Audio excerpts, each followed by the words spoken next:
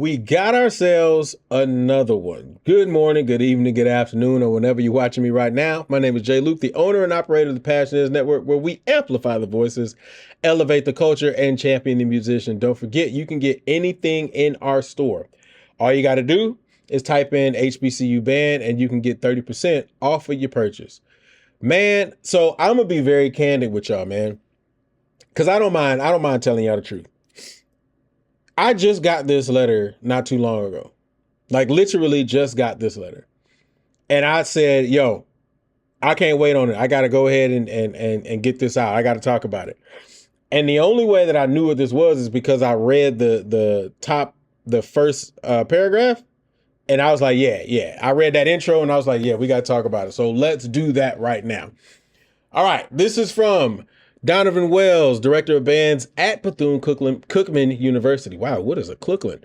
Here we go. Marching Wildcats alumni and supporters. I pray that all is well with each of you. I want to take this opportunity to share the position of the Marching Wildcats regarding the Band of the Year competition and ranking system. As a director of bands, I have never been a supporter of this competition concept. I believe there are better, more meaningful ways to showcase and celebrate the HBCU marching band art form without placing us in direct competition against one another. I got something to say with that, but I want to finish this paragraph. Marching band is not a sport. It is an academic entity and serves as an ensemble credit for instrumental music education majors. All right, so first things first. The first thing is, and let me be very clear, Donovan Wells, well-regarded, phenomenal program, years in the game. So everything I say is based on the opinion of mine, and I don't discredit anything that he says. So, but I have pushback, and that's fair, right? Anything that we put out in the public, understand that there could always be pushback for anything, right? So I have pushback. My pushback is, I agree in the sense that if we are approaching it specifically as a showcase, then yes, I absolutely agree. But that's not typically what we do. What we do is we walk into a we walk into a space and we literally battle each other and then come out proclaiming that one group was better than the other. And then that's where my thought process comes in the sense that, well, if that is the case, then it needs to be adjudicated to have substantial evidence to prove that you are the better group. That's my thing. If we're walking in there and we're saying, all right, Southern is there to do their show. All right, Jackson is there to do their show. All right, Bethune is there to do their show. All right, Alcorn is there to do their show. And then it's like, all right, thank you, everybody, good night. And everybody leaves. And then the comment, and not outside comments, because you're always going to have fans, right? But we leave and our people start saying, like the program start trying to make it seem we were the best band at this showcase. Well, then that's not a showcase. Now you're putting yourself in the field of competition. And if that be the case, then have something, an adjudication, that's going to be able to substantiate your argument. Hence the reason why I've always been an advocate for adjudications. If we're going to just showcase, then present it as a showcase. Don't present it as we're battling against each other, because a battle substantiates that there's going to be a winner and a loser. Just present it as a showcase. That's all I'm saying. He also says marching band is not a sport. Debatable. Because there's the definition, by definition of what a sport is, we could classify marching band as a sport. Let me pull this up real quick. Matter of fact, let me do it on let me do it on my other computer, because I want to keep this on topic here. But I want to make sure that we get to the nitty gritty of this.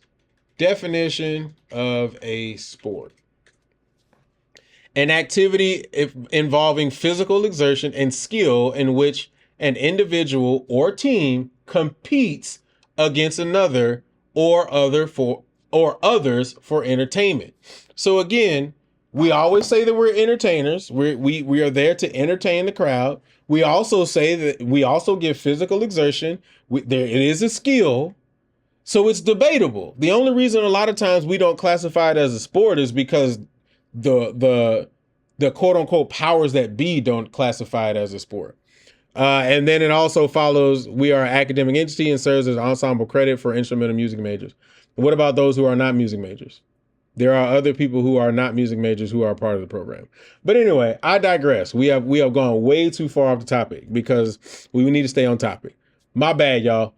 Other organizations with similar events highlight our talents while fostering an atmosphere of mutual respect. Also debatable. Some of them can be very disrespectful, you know. These organizations include the band directors in the planning process, while hosting conference calls to answer questions, exchange ideas, and address concerns. Bands must apply to participate, and if you choose not to, your program will not be included in any promotions or rankings. I wholeheartedly agree with you right here. Now, here's the caveat to that. The caveat to that is I've had conversations with the Band of the Year folks, not to mention that I was also there for the press conference. And their conversations and the conversations that I've had is the fact that they've had these conversations with band directors behind closed doors. They've had these conversations to help improve the Band of the Year going forward, hence the reason why they've made the changes throughout the years. But I absolutely also agree that if you don't apply to participate, you should not use their likeness, their regalia, their anything for your promotions, and you should not rank them. Because I've always said, we've said it right here on this channel, it makes no sense that if a band chooses to participate and they send their best quality video, and then you have another band who chose not to participate and they send you nothing and you go scouring the internet for a video, how is that fair? Because the one who sent you it is going to send you, especially if they got a dope media team, they're going to send you quality audio, they're going to send you 4K shots, they're going to send you everything. So I absolutely wholeheartedly agree with this. Now, it could be his side versus theirs based on the information that I've got. This level of professionalism is the standard we should expect and demand. Despite my repeating request to exclude the Marching Wildcats since the event's inception, since the beginning, my requests have been ignored.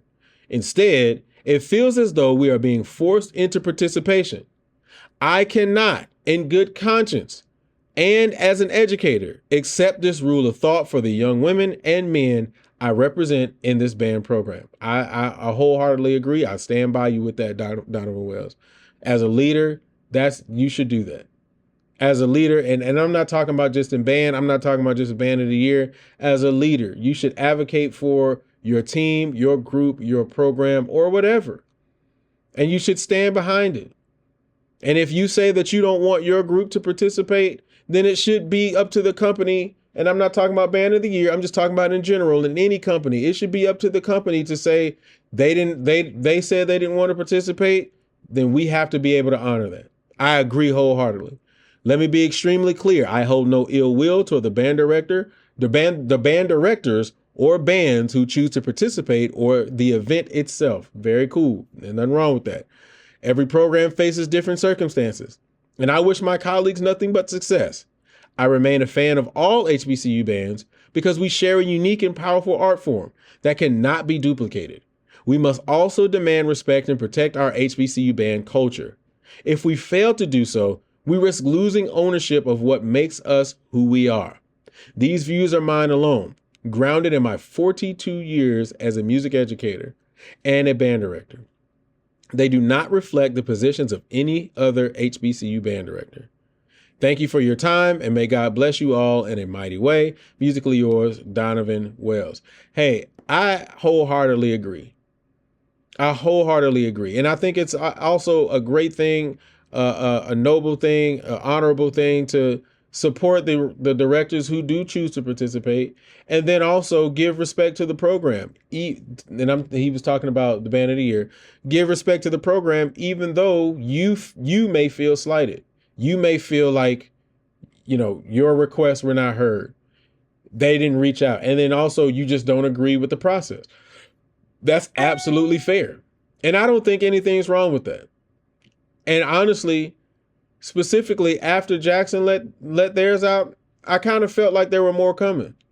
And this is just one in the line, and we're going to see as time rolls on, and we'll see if any more come out. But I want you guys' thoughts in the comment section. Do you think Donovan Wells was right for going ahead and letting this information out, or going ahead and writing this letter? Also, do you feel like everything that he said was in here was accurate? Or do you think I'm off? Because I could be off, and it's okay, man. That's what it's all about, man. But y'all tell me inside of the comment section. Also, don't forget, you can get anything in our store. All you got to do is type in HBCU band and you can get 30% off your purchase, man. Also, don't forget to hit a like and a share for that YouTube algorithm, man. I really, really want to get y'all thoughts on this. So y'all tell me down in the comment section, man. Other than that, love y'all. Appreciate y'all. Holla at y'all later. Peace.